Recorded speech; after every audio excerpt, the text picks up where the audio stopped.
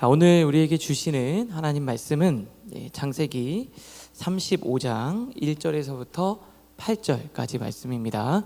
창세기 35장 1절에서부터 8절까지 말씀입니다. 우리 하나님 말씀을 다 같이 한 목소리로 우리 봉독하도록 하겠습니다.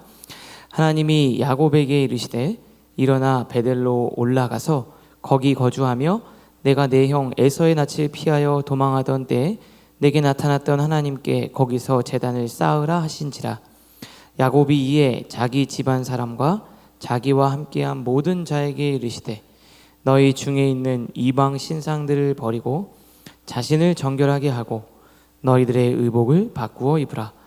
우리가 일어나 베델로 올라가자 내 환난 날에 내게 응답하시며 내가 가는 길에서 나와 함께 하신 하나님께 내가 거기서 제단을 쌓으려 하노라 하매 그들이 자기 손에 있는 모든 이방 신상들과 자기 귀에 있는 귀고리들을 야곱에게 주는지라.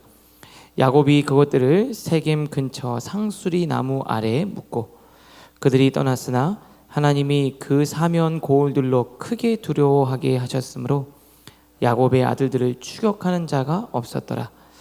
야곱과 그와 함께한 모든 사람이 가나안 땅 루스 곧 베델에 이르고 그가 거기서 제단을 쌓고 그곳을 엘 베델이라 불렀으니 이는 그의 형의 낯을 피할 때 하나님이 거기서 그에게 나타나셨음이더라.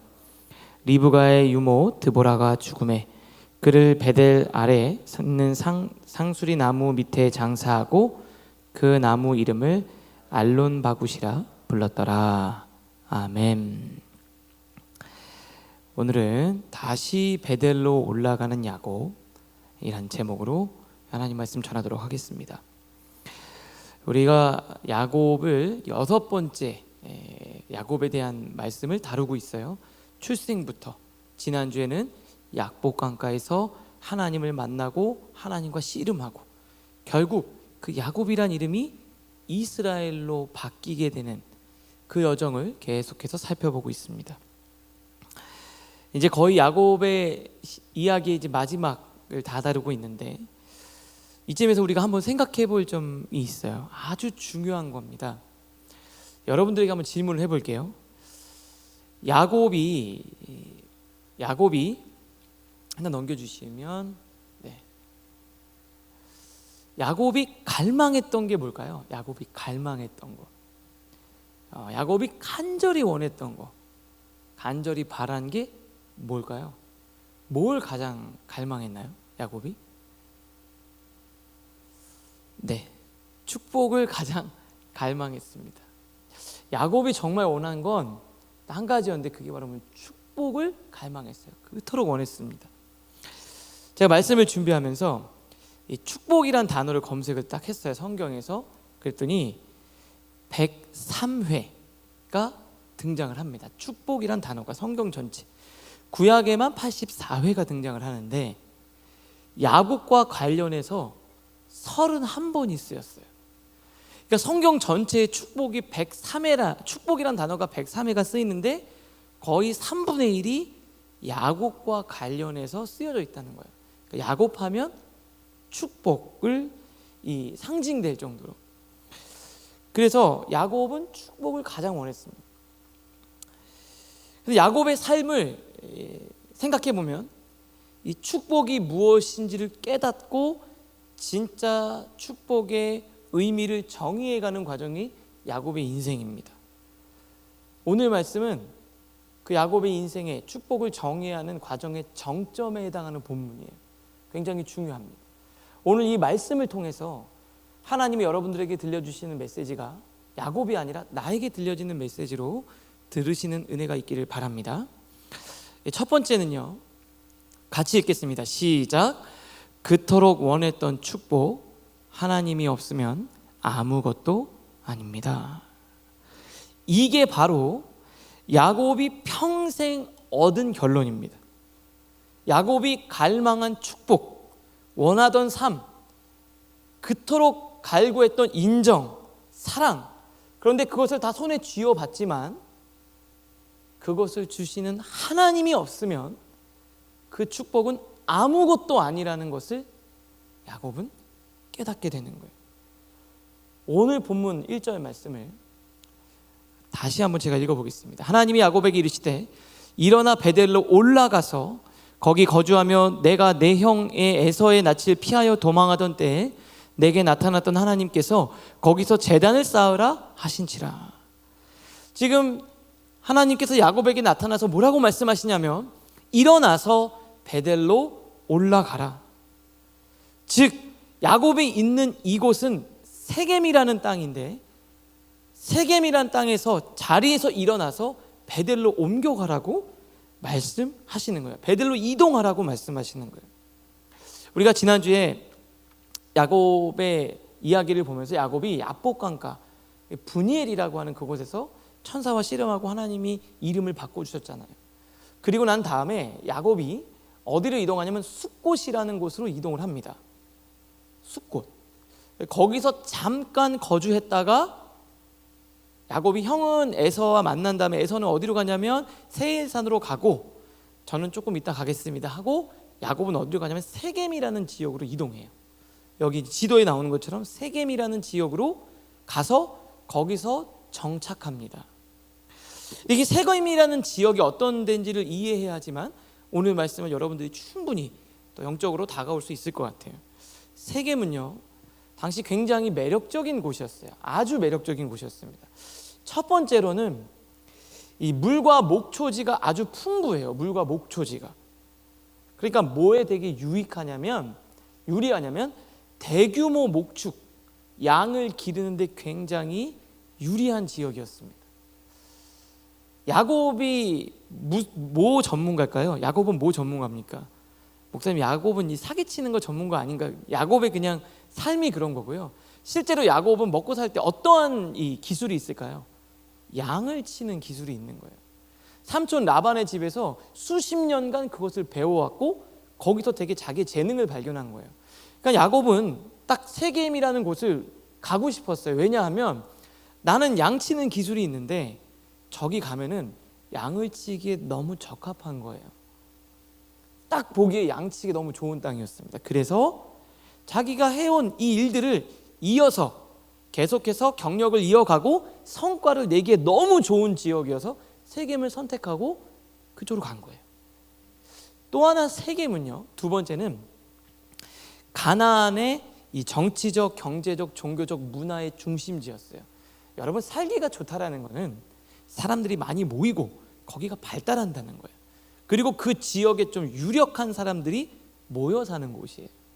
여러분들도 이 서울이란 이 도시 사람들이 다 오고 싶고 또 특별한 지역이 있잖아요. 잘 사는 사람들이 가는 지역, 누릴 게 많고 또 혜택을 얻을 게 많고 살기 좋은 곳이었다라는 거예요. 인프라가 잘 갖춰져 있어서 여러 가지를 누리며 살기에 좋은 곳이 세겜이었어요. 그러니까 야곱은 세겜에 정착을 한 겁니다. 굉장히 매력적인 지역이었던 거예요. 그런데 세겜의 또 하나의 특징은 매력적이지만 한 가지가 없었어요. 없는 게 있습니다. 그게 바로 뭐냐면 하나님이 없는 곳이었어요. 세겜은. 자, 오늘 우리가 읽은 본문이 35장 1절입니다. 근데 세겜에서 야곱이 생활할 때 이야기를 기록한 게 몇 장이냐면 34장이에요. 그런데 33장 맨 마지막 절을 보면은 이게 33장 맨 마지막 절이에요. 거기 제단을 쌓고 그 이름을 엘엘로헤 이스라엘이다. 하나님은 이스라엘의 하나님이십니다. 하나님이란 이름으로 마지막 20절이 끝나요. 33장이.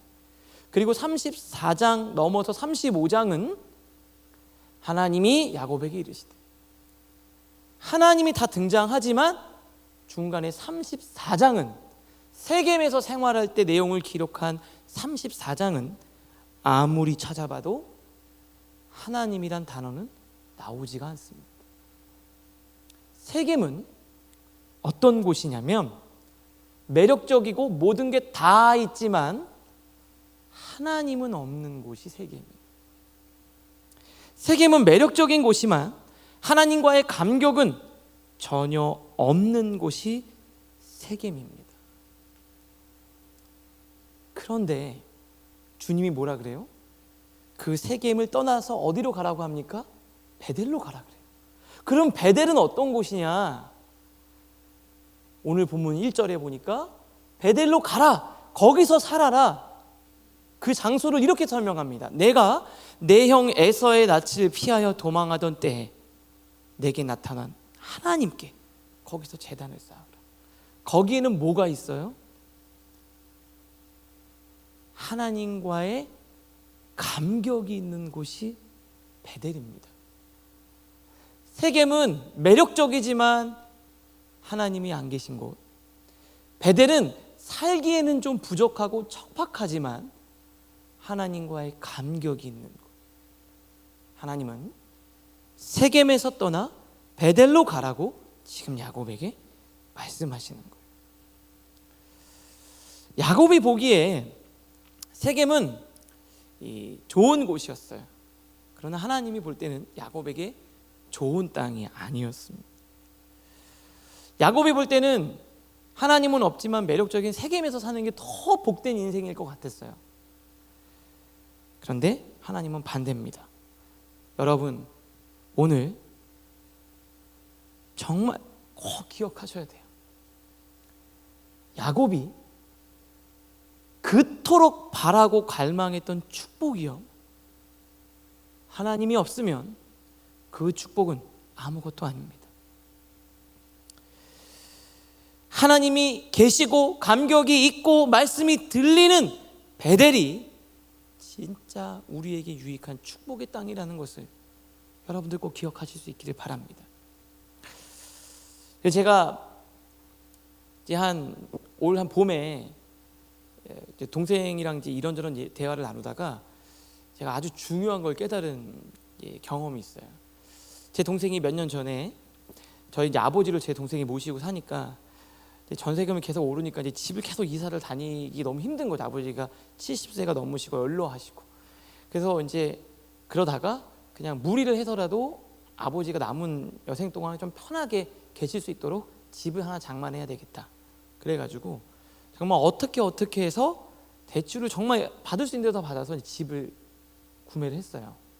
장만해서 이제 아버님이 거기서 이제 잘 계시는데, 동생이 사고 나니까 이게 너무 잘 샀다고 생각한 거예요. 지금 이제 정말 좋은 타이밍에 잘 산 것 같다. 그러면서 어느 날 저한테 전화가 와서, 형, 나는 형이 걱정돼. 야, 택수야, 나도 내가 걱정된다. 고맙다. 형도 이제 그래도 집을 하나 있으면 더 좋지 않을까? 지금 사야 될 것 같은데. 그래서 내가, 야, 형 돈 없어. 그랬더니 형 뭐 어떻게든 하면 또 다 그렇게 사는 거야. 그래서 자기가 열심히 연구했으니까 알려주겠다는 거예요.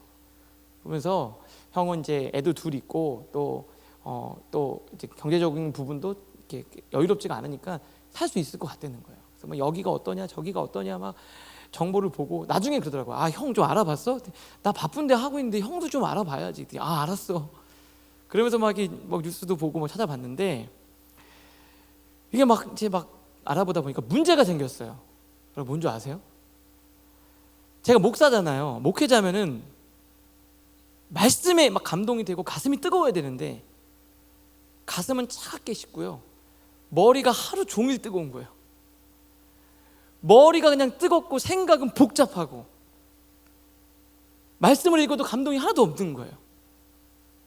저는 말씀에 감동이 되고 하나님과의 감격이 있고 영혼을 사랑하는 마음이 있어야 되는데 말씀을 들어도 하나도 감동이 없는 거예요.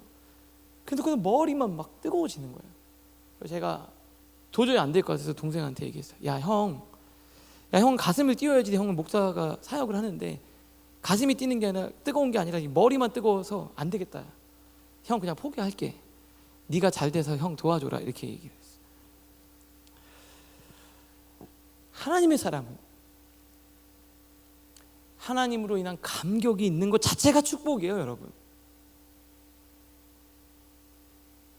하나님의 말씀이 들리고 찬양을 부를 때 하나님이 주신 은혜가 내 마음을 적시는 것, 하나님을 만난 베델에서의 감격이 있는 것, 그게 영적인 사람에겐 축복이 되는 줄로 믿습니다. 여러분들 어떠세요? 세상에서 막 이것저것 세겜에서 살아보려고 머리는 너무 뜨겁고 복잡한데 여러분의 가슴은 어떠세요? 감격 있으세요? 여러분 혹시 창세기 34장처럼 여러분의 24시간, 일주일, 여러분의 삶을 들여다봐도 하나님이란 단어를 단 한 단어도 찾을 수 없는 여러분 세겜에 지금 계신 거 아니세요? 기억하십시오. 여러분이 바라는 그 축복, 하나님이 없으면 그건 아무것도 아닙니다. 주님이 말씀을 하세요. 잘 보면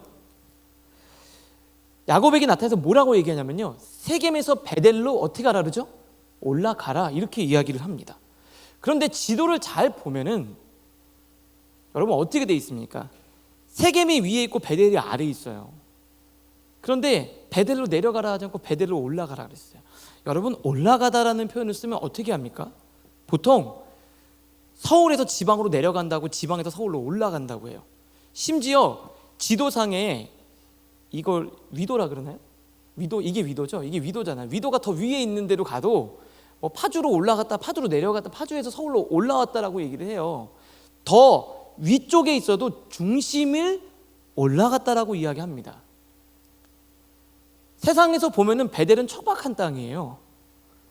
세상 사람들은 베델로 내려갔다라고 할 거예요. 지방으로 내려갔다, 밀려났다, 이렇게 표현하는데 하나님은 뭐라 그래요? 베델로 올라가라고 얘기를 해요. 여러분들이 볼 때 세겜이 훨씬 더 높은, 수준이 높은 지역일 수 있지만 하나님이 보실 때는 하나님의 감격이 있는 베델이 더 영적으로 수준이 높은 지역입니다. 거기가 훨씬 더 중요하고요, 거기가 훨씬 더 중심이라고 말씀하시는 거예요. 베델이 중심입니다. 베델이 더 높은 곳이에요. 여러분 세겜에 계십니까? 베델로 옮겨가십시오. 베델로 올라가십시오. 그게 축복입니다. 두 번째 여러분들 말씀은요, 막으시는 것 자체가 하나님의 인도하심이었다는 거예요. 여러분 정확하게는 알 수 없어요. 야곱이 세겜에서 머물었던 기간을 대략 한 10년 정도로 봅니다. 근데 이거를 보면은 하나님이 야곱을 나름대로 마음대로 살도록 허락해 준 시간이 있다는 거예요. 그냥 내버려 두시는 일정 기간이 있어요. 자유롭게 한번 해봐라. 그런데 중요한 게 뭐냐면 계속해서 하나님의 사람을 그대로 내버려 두시지는 않는다는 거예요. 하나님이 개입하시고 길을 막으시고 상황을 차단하셔서 어쩔 수 없는 상황을 만드셔서 하나님이 원하시는 곳으로 옮기게 인도하신다는 거예요. 모든 길을 다 막아서 하나님이 원하시는 곳으로 인도하신다는 거예요. 사건이 발생을 해요. 여기서 머무르는 10년 정도 지난 다음에 야곱에게 어떤 한 사건이 발생합니다. 굉장히 충격적인 일이 그 가정 안에 일어나면서 가정이 막 난리가 아닌 거예요. 34장 말씀인데요, 레아가 야곱에서 낳은 딸 디나, 야곱의 외동딸 디나가 있는데요, 디나가 이 세겜은 제가 말했잖아요, 굉장히 그 발달한 지역이라고. 그래서 그 세겜의 딸들, 친구들 만나서 뭐 구경도 하고 돌아다니려고 그 딸들을 보러 나갔다가 험한 꼴을 당합니다. 2절에 보니까 히위 족속 하몰의 아들 그 땅의 추장, 세겜에서 가장 영향력 있는 추장의 이름이 세겜이에요. 세겜 땅의 추장이 세겜이 디나를 보고 끌어들여서 강간을 합니다. 너무나도 충격적인 일이 발생을 한 거죠. 그런데 3절에 보니까 실제로 세겜이 디나를 사랑한 거예요. 너무 좋아하니까. 그래서 이걸 아버지에게 이야기하고 이 디나와 나를 결혼하도록 해달라라고 이야기를 해요. 그래서 세겜과 아버지 하몰이 디나의 아버지인 야곱, 그러니까 아들과 아버지가 야곱을 만나서 내 아들이 이러해서 이런 일이 일어났는데 우리 결혼을 시킵시다 라고 제안을 합니다. 딸을 주서 결혼하게 해주면 우리가 서로 같이 또 우리 지역 사람들도 이렇게 서로 교류하고 결혼하고 그리고 땅도 주고 여기서 장사도 할 수 있도록 내가 다 도와줄 테니까 결혼시킵시다 라고 제안을 해요. 제안을 합니다. 그런데 이 야곱의 아들들, 이 디나의 오빠죠. 디나의 오빠들은 그걸 받아들일 수가 없는 거예요. 그래서 거짓말로 그들에게 이렇게 제안을 합니다. 13절인데요. 야곱의 아들들이 세겜과 그의 아버지 하몰에게 속여, 진짜로 얘기한 게 아니라 자기들은 그런 마음이 없는데 무슨 꿍꿍이가 있는 거예요. 꿍꿍이를 가지고 이렇게 이야기를 하는 거예요. 동생을 겁탈하는 게 너무 미워서 14절에 뭐라고 이야기하냐면 야곱의 아들들이 그들에게 말하되 우리는 그리하지 못하겠노라.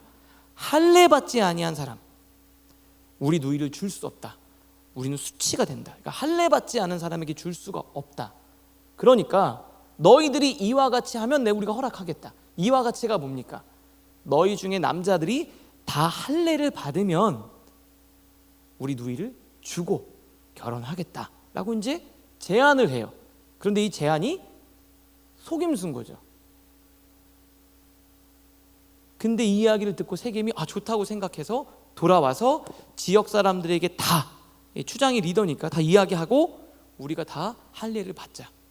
너무 사랑했으니까. 그래서 진짜 다 할례를 받아요. 그래서 그 뒤에 보면은 넘겨주시면 뒤로 좀 갈게요. 자, 성문으로 출입하는 모든 자가 하몰과 그의 아들 세겜의 말을 듣고 모든 남자가 다 할례를 받은 거예요. 그런데 할례를 받으면 한동안 움직일 수가 없는 거죠. 그러니까 25절에 보니까 제3일에 이제 막 상처가 아물기 시작하는 그때에 야곱의 두 아들, 디나의 오라버니죠, 시므온과 레위가 칼을 들고 사람들을 데리고 가서 움직일 수 없는 그 세겜 성읍의 남자들을 다 죽입니다. 26절에 보니까 칼로 하몰과 그의 아들 세겜을 죽여요. 그리고 디나를 데리고 옵니다. 거기서 끝나는 게 아니라 그 모든 여자와 아이들을 노예로 데리고 오고요, 물건을 약탈하는 만행을 저지르게 되는 거예요. 근데 이게 엄청 이제 사건이 커진 거예요. 야곱의 입장에서는 그냥 어쨌든 여기서 살아야 되니까 이게 잘 그냥 통혼하고 살려고 했던지도 몰라요. 그런데 야곱의 마음과는 다르게 아들들이 일을 저질러 버린 거예요. 그러니까 이제 야곱은 너무 당황스러운 거죠. 그래서 이렇게 이야기를 하는 겁니다. 30절에 너무 당황스러워서 야곱이 시므온과 레위에게 이르되 너희가 내게 화를 끼쳐. 도대체 너희들 뭐 하는 거냐? 나한테 큰 화가 끼쳤다. 이 땅의 주민들이 가나안 주민들에게 악취가 나게 해서 이제 이 사람들이 나를 미워하니까 나를 공격할 텐데 나는 수가 적으니까 이 사람들이, 그땐 친족들이 모여 살았으니까 주변에 친족들이 모여 살았으니까 복수하겠다고 찾아오면은 이제 우린 죽은 거다. 니들 진짜 무슨 짓 한 거니? 도대체 무슨 생각으로 이런 일을 한 거야? 왜 이렇게 힘들게 만들었어? 라고 이야기를 한 거예요. 그랬더니 아들들이 도리어 그러면 우리 누이를 창녀같이 대접하는 게 옳습니까? 아버지? 평상시 아버지에 대한 좀 좋지 않은 감정이 나오는 거죠. 이제 큰일 났습니다. 좀 편안하게 잘 살아보려고 간 세겜 땅에서 그냥 이제는 그냥 거기서 생일 끝날 위협도 있는 거예요. 완전히 망하게 생긴 거예요. 어떻게 해야 될지도 모르겠어요. 자식들은 말 듣지도 않아요. 지금 집이 완전히 쑥대밭이 됐습니다. 그때 두렵고 무섭고 뭘 해야 될지 모르고 앞뒤가 다 막힌 상황 가운데 자식들까지도 아버지에게 대들고 정말 뭘 해야 될지 모르는 그때 하나님의 말씀이 들리는 거예요. 여러분, 오늘 야곱처럼 도저히 내가 뭘 해야 될지 모르겠고 막막하고 어떠한 행동을 해야 하고 뭘 해야 될지 모르는 그때 하나님의 말씀이 들리는 은혜가 있기를 바랍니다. 그래서 뭘 해야 되지? 어떡하지? 이때 하나님 오셔서 말씀을 해 주시는 거예요. 여러분, 막막할 때, 뭘 해야 될지 모를 때 그때 하나님의 길을 막으시는 그게 하나님의 인도하심의 출발이라는 것을 여러분들 기억하실 수 있기를 바라요. 여러분을 막으심은 하나님의 인도하심입니다. 그러니까 말씀이 들리면, 근데 말씀이 들리기 시작하잖아요. 그러면 일단 된 거예요. 여러분의 인생에 성경에서 보면 회복, 부흥, 하나님의 역사는 무엇과 같이 오냐면 하나님의 말씀과 늘 같이 움직이고 있어요. 그러니까 말씀이 안 들리는 게 문제인 거예요. 말씀이 들리면 그때부터 회복이 되고 부흥이 일어나는 거예요. 언제나 회복은 하나님의 말씀과 같이 오는 거예요. 여러분 사무엘상 3장 1절에 보면 그 당시에 아주 영적으로 막 이 침체되는 것을 뭐라 그러냐면, 아이 사무엘이 엘리 앞에서 여호와를 섬길 때 여호와의 말씀이 희귀했다. 말씀이 안 들린 거예요. 이상이 흔히 보이지 않았다. 말씀이 안 들리는 거예요. 그런데 우리가 지금 큐티인을 하면서 사도행전을 묵상하고 있잖아요. 하나님의 회복과 부흥과 역사, 하나님의 초자연적인 기적, 이적, 삶의 변화, 무엇과 함께 오냐면 하나님의 말씀과 함께 와요.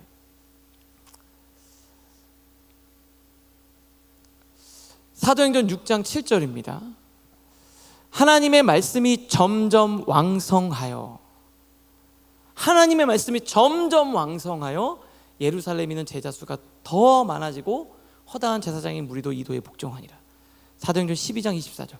하나님의 말씀은 흥왕하여 더하더라. 사도행전 19장 20절. 이와 같이 주의 말씀이 힘이 있어 흥왕하여 세력을 더하니라. 여러분 사도행전의 별명이 뭐예요? 성령행전이죠. 성령의 역사가 일어나잖아요. 그런데 사도행전의 또 다른 별명은 설교행전이라고 할 만큼 설교와 말씀이 많이 선포돼요. 베드로의 설교가 9번, 바울의 설교가 10번, 스데반과 야고보의 설교를 다 포함하면 24번이에요. 성령의 역사가 말씀과 같이 온다는 거예요. 여러분의 삶에 사도행전과 같은 놀라운 역사가 일어나기를 원하신다면 하나님의 말씀이 들려야 합니다. 그러니까 말씀이 안 들리는 게 위기예요. 말씀이 안 들리는 게. 그런데 위기인 것 같은데 말씀 들리면 하나님의 반전이 시작되는 겁니다. 여러분 살다가 보면 어떤 일이 생기잖아요. 직장에서 내가 어떤 실수를 하거나 아니면 관계가 정말 회복할 수 없을 만큼 틀어지거나 정말 내가 여기서 정말 이 지역, 이 공동체에서 아니면 어떤 상황에서 진짜 어떡하지? 뭘 해야 되지? 너무 얽혀서 이거 어디서부터 시작해야 될지 모를 때가 있어요. 그때는요 하나님 앞에 나와서 예배 드리는 것부터, 하나님의 말씀을 붙드는 것부터 시작하시면 됩니다. 야곱의 이 상황에서 출발은 뭐였냐면 하나님이 오셔서 하나님의 말씀을 들려주시는 것으로 이 상황이 변화되기 시작했다는 거예요. 여러분 하나님의 말씀, 예배부터 여러분의 삶을 시작할 수 있기를 바랍니다. 그러니까 정말 내가 이제 뭔가 뭘 해야 될지 모르겠다 싶으면 예배의 자리를 다시 세우세요. 온라인으로 예배를 드리는 친구들도 있을 거예요. 그냥 어디 이동하면서 예배 드리지 말고요. 혹시 그런 분들 있지는 않겠죠? 아니면 혹시 누워서 예배 드리는 분 있으신가요? 아니면 어디서 뭘 하면서 막 틀어놓고 예배를 드리는 분들 없겠죠? 그렇게 하지 마시고요. 그 예배부터 세우세요. 왜냐하면 예배 가운데 하나님이 주시는 말씀이 있기 때문에 그래요. 그 말씀이 들릴 수 있도록. 근데 내가 통제가 안 되면 여기 나와서 예배를 드리세요. 새벽 제단을 쌓으세요. 매일 하나님의 큐티 말씀을 붙드세요. 거기서부터가 출발입니다. 그러면 여러분 정말 잘 그 상황을 시작하는 거예요. 하나님 말씀이 들리니까 야곱이 반응하기 시작했어요. 여러분 말씀이 들리면 내가 그제서야 내가 뭐가 문제인지가 보여요. 말씀이 들리면 이게 진짜 문제였구나라는 것이 보이기 시작하는, 영적으로 이제 깨어나기 시작하는 거죠. 그러면서 내가 뭘 해야 될지 판단이 딱 서요. 그 전까지는 막 우왕좌왕하고 어떡하지 이러는데 용기도 생기고 담대함도 생기고 딱 어떻게 해야 될지가 결정이 됩니다. 그래서 실행하고 움직이기 시작해요. 2절 말씀을 한번 볼게요.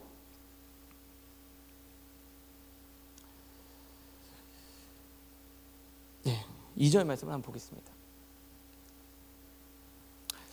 야곱이 이에 자기 집안 사람과 자기와 함께한 모든 자에게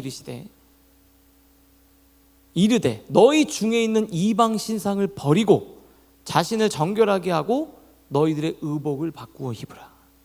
가족들을 다 모아요. 아버지 어떻게 할까요? 했더니 막 어떻게 될지 몰라서 이러고 있는데 말씀이 들리니까 가족들 다 불러 모은 다음에 뭐라고 얘기하냐면 이렇게 돼요. 너희 중에 있는 이방 신상을 다 버리라고 이야기합니다. 삶을 정돈하세요. 정결하게 옷을 하고 의복을 갈아입자고 이야기합니다. 여러분, 마지막 세 번째인데요. 하나님을 예배하는 데 방해가 되는 것들은 이제 다 버리십시오. 다 버리세요. 하나님께 예배하고 집중하는 데 방해하는 모든 것들을 다 버리세요. 야곱은 이렇게 얘기했어요. 너희 중에 있는 이방 신상들을 버리고 자신을 정결하게 하고 너희들의 의복을 바꾸어 입으라. 지금 이게 말이나 되는 겁니까? 짐 싸서 빨리 도망쳐야지. 아니면 지금 잘못했다고 빌어야지. 아니면 빨리 챙겨가지고 딴 데로 가야지.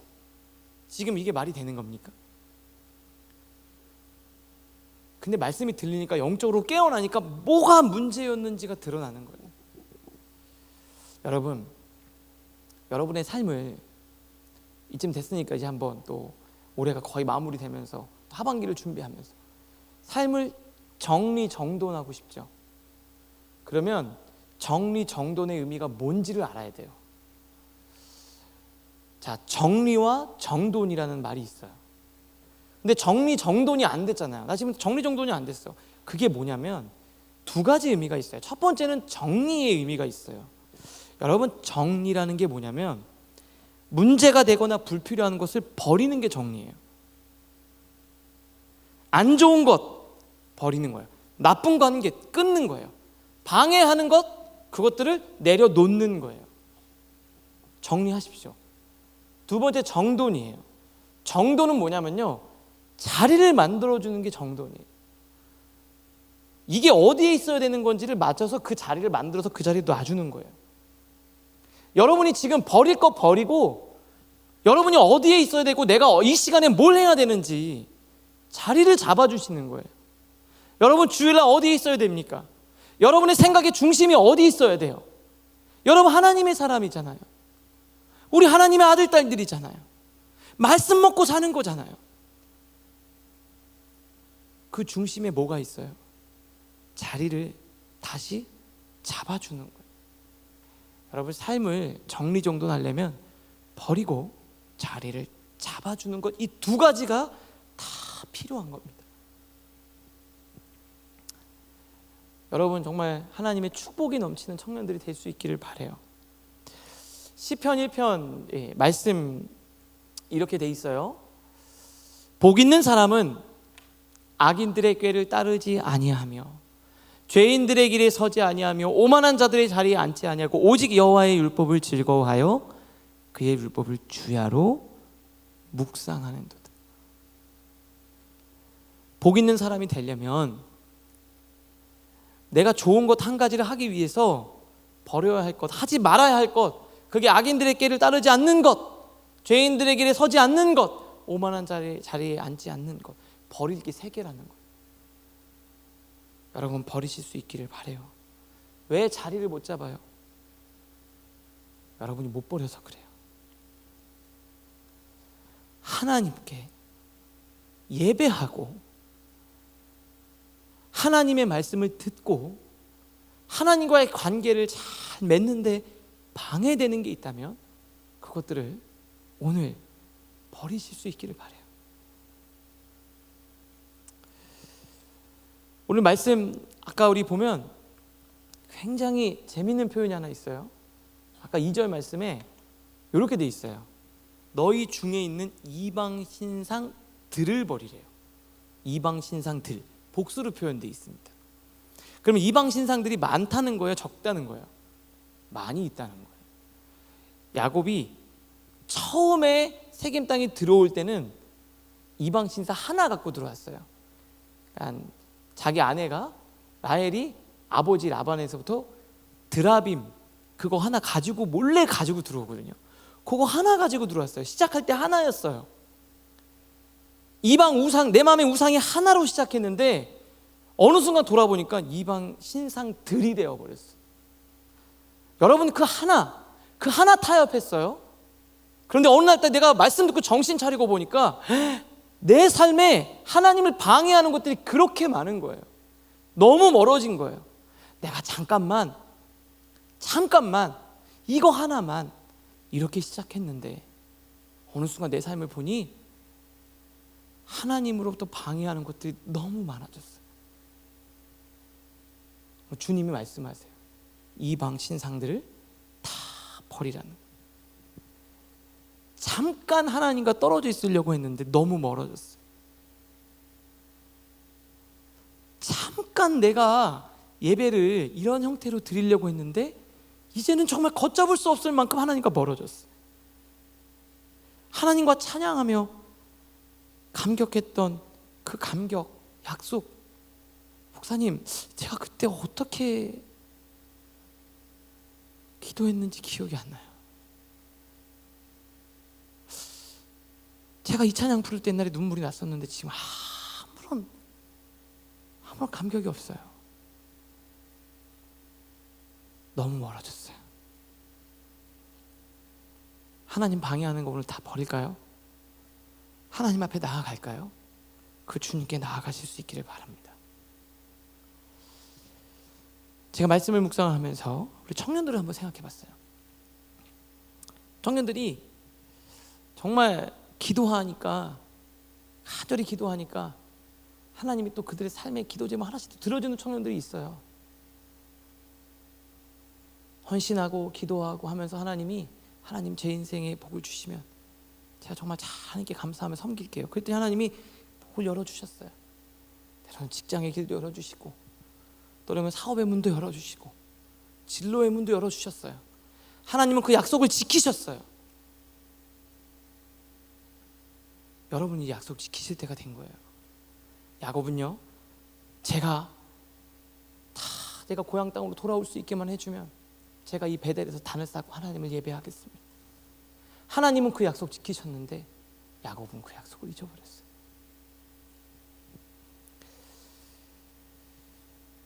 어떤 청년이 예전에 저한테 그렇게 얘기하더라고요. 제가 막 취업을 준비할 때 새벽마다 와서 기도하고 공부하러 왔다 갔다 하면서 찬양 부르고 하나님과 그렇게 막 뜨거웠는데 정말 하나님은 신실하게 약속을 지키셔서 내가 정말 좋은 직장에 들어가서 정말 마음껏 일할 수 있도록 하나님은 내 약속을 지키셨는데 어느 순간 자기 안에는 그 감격이 사라진 거예요. 야곱의 인생에서 가장 큰 문제가 뭐예요? 가족으로 돌아가는 거예요. 이제 좀 뭔가 모든 것들이 다 편안해지니까 하나님을 향한 게 아니라 이제 조금 더 내가 인생을 좀 더 누려볼까?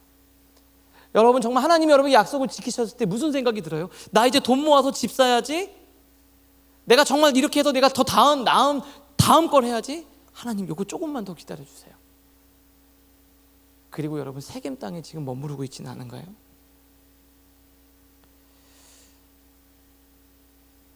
하나님이 야곱에게 찾아오셔서 말씀해 주셨어요. 야곱 부르시는 거 아니에요. 저와 여러분을 부르시는 거예요. 주님의 음성이 들리시지 않으세요?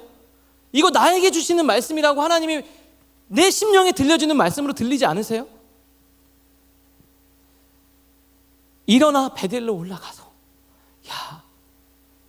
거기서 떠나서 너 옛날에 그렇게 힘들 때 나와 감격이 있었던 그 자리에서 베델에서 제단을 쌓아라. 그 감격을 다시 찾으라는 거예요. 야곱이요, 그 하나님의 음성을 듣고 이제서야 정신이 딱 든 거예요. 그래서 뭐라고 얘기하냐면 3절에 이렇게 얘기해요. 우리 다 같이 읽을까요? 시작. 우리가 일어나 베델로 올라가자. 내 환난 날에 내게 응답하시며 내가 가는 길에서 나와 함께 하신 하나님께 내가 거기서 제단을 쌓으려 하노라. 아멘. 야, 얘들아, 우리 베델로 올라가자. 아버지가 진짜 힘들었을 때가 있는데, 막막할 때가 있는데, 내 환난 날에 하나님이 베델에서 나 만나 주셨다. 우리 그 주님 만나러 가자. 가야 되겠다. 다 버리고 우리 베델로 가자. 그렇게 결단했어요. 지금 말씀을 묵상하면서 주중에 청년들의 좋은 소식들이 많이 들렸어요. 그러면서 한편으로는 세겜 땅에 있는 것 같은 친구들도 느껴지고요. 그 친구들이 혹시나 베델로 가야 되는데 하나님 저 친구 세겜으로 가지 않게 해주세요. 우리 청년들이 오늘 목사님 저 잘 됐어요 이 얘기도 있지만, 목사님 저 세겜을 떠나서 베델로 갈게요 라는 이야기를 듣고 싶은 거예요. 근데 그게 하나님 아버지도 그 이야기를 듣고 싶을 거예요. 우리 사랑하는 청년 여러분, 우리 이방 신상 다 버리고 의복을 정결하게 하고 옷을 다 갈아입고 베델로 갑시다. 오늘이요, 지금. 그리고 그곳에서 정말 힘들 때 나와 함께 하셨던 하나님, 여러분 잘 보세요. 여러분 인생에서 힘들 때 어떻게 오셨어요? 밖에 나가서 막 자기계발서 읽고 지금까지 견디고 오셨어요? 아니면 이 사람한테 잘 보여서 그 사람이 여러분에게 잘해줘서 오셨어요? 아니면 하나님이 그때마다 환난 날에 나를 만져주셔서 지금까지 오셨나요? 하나님이 만져주셔서 오셨잖아요. 야곱 이제서야 깨달은 거예요. 매력적이지만 하나님이 없는 세겜을 떠나 척박하지만 하나님과의 감격이 있는 베델로 우리 옮겨갑시다. 오늘 그 주님을 향해서 나아가실 수 있는 우리 사랑하는 청년들 될 수 있기를 주님의 이름으로 축복합니다. 우리 이 시간 함께 찬양 부르기를 원하는데, 아까도 불렀던 찬양인데요, 이 찬양의 가사를 생각하면 회복에 대한 메시지가 담겨져 있어요. 여러분 잘 생각해 보세요. 야곱이 그토록 원한 게 뭐예요? 축복이에요, 축복. 저와 여러분이 원하는 것도 그거예요. 그런데 야곱의 생애를 통해서 야곱이 철저하게 깨닫게 되는 건 뭐냐면, 우리 사랑하는 주님 안 계시면 그 축복, 그거 아무것도 아니라는 거. 저는 오늘 여러분들과 한 가지 하고 싶어요. 우리 베델로 올라가요. 하나님이 계신 그곳으로. 거기서 하나님과 친밀한 감격이 제단을 쌓기를 원하는 거. 온라인으로 예배를 드리는 청년들도 있을 거예요. 여러분 어떻게 예배 드리세요? 어쩌다가 내 신앙이 이렇게 됐나? 그래요, 이제 하나만 하면 돼요. 버리고요, 내 몸을 다 정결하게 하고 지금 이 말씀을 듣는 그 자리에서 진심을 다해 하나님께 예배하는 거예요. 우리 이 찬양 부를 때 여러분의 마음이 하나님께로 향하는 은혜가 있기를 주님의 이름으로 축복합니다.